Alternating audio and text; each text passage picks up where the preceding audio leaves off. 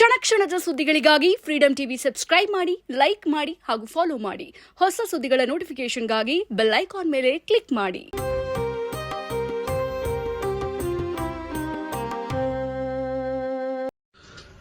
ನೋಡಪ್ಪ, ಈ ವಿಷಯನ ನಿನ್ನ ಹತ್ರ ಕೇಳಬೇಕು ಗೊತ್ತಿಲ್ಲ.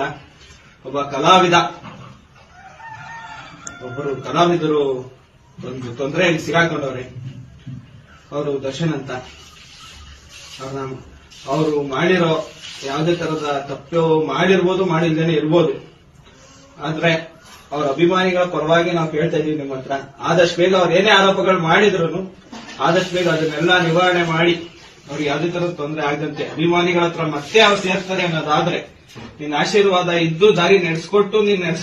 ಆದಷ್ಟು ಬೇಗ ಅವ್ರಿಗೆ ಕೈಗೂಡಿಸ್ಕೊಡ್ತೀನಿ ಅನ್ನೋದಾದ್ರೆ ನಿನ್ನ ಆಶೀರ್ವಾದ ಮಾಡಪ್ಪ.